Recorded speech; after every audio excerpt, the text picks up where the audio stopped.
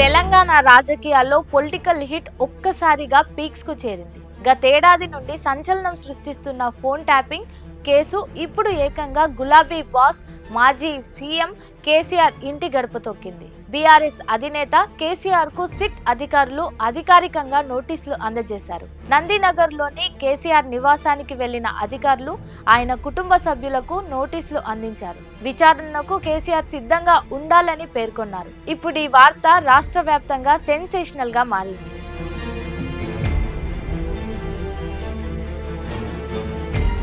కేసీఆర్ ప్రస్తుతం farm house లో ఉండడంతో గురువారం ఉదయం సిట్ అధికారులు ఎర్రవల్లిలోని ఫామ్ హౌస్ కు వెళ్లి నోటీసులు ఇస్తారని ప్రచారం జరిగింది. అయితే ఫామ్ హౌస్ కు బదులుగా బంజారాహిల్స్ నందినగర్లోని కేసీఆర్ నివాసానికి వెళ్లి నోటీసులు ఇచ్చారు అధికారులు. ఆయన కుటుంబ సభ్యులు సిఆర్పిసి సెక్షన్ 160 కింద నోటీసులు అందజేశారు.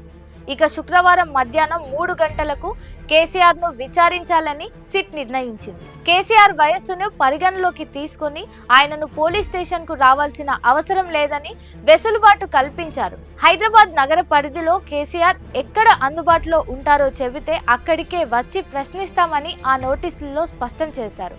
ఒకవేళ కేసీఆర్ పిఎస్ కి వస్తామని చెప్పినా తమకేమీ అభ్యంతరం లేదని తెలిపారు సిట్ అధికారులు.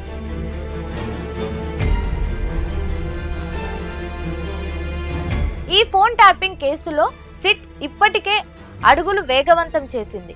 మొదటి దశలో ఫోన్ ట్యాపింగ్ కు పాల్పడిన పోలీస్ అధికారులను, రెండో దశలో కేటీఆర్, హరీష్ రావు, సంతోష్ రావు లాంటి కీలక నేతలను సుదీర్ఘంగా విచారించింది.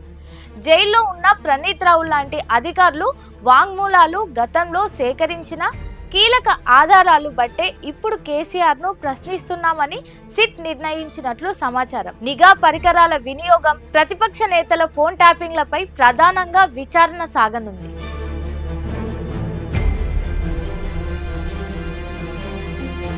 గత ప్రభుత్వ హయాంలో దాదాపు 1200 మందికి పైగా ప్రముఖుల ఫోన్లను అక్రమంగా ట్యాప్ చేశారనేది ప్రధాన ఆరోపణ. ఇందులో జడ్జీలు, వ్యాపారవేత్తలు, ప్రతిపక్ష నేతలు కూడా ఉన్నట్లు దర్యాప్తులో తేలింది. ముఖ్యంగా ఎన్నికల సమయంలో నిధులను తరలింపును గమనించేందుకు ఇంటెలిజెన్స్ విభాగం దీన్ని వాడిందని సిట్ భావిస్తోంది. ఎన్నికల ఫలితాల తర్వాత సాక్ష్యాధారాలు దొరకకుండా హార్డ్ డిస్క్ ను ధ్వంసం చేయడంతో ఈ గుట్టు రట్టయింది. అయితే ఈ నోటీసులపై బీఆర్ఎస్ శ్రేణులు నిప్పులు చెరుగుతున్నారు. ఇది కేవలం రేవంత్ రెడ్డి ప్రభుత్వం ఆడుతున్న డైవర్షన్ డ్రామా అని, పాలన వైఫల్యాల నుండి ప్రజల దృష్టిని మళ్లించేందుకే కేసీఆర్ ను ఇబ్బంది పెడుతున్నారని ఆరోపిస్తున్నారు.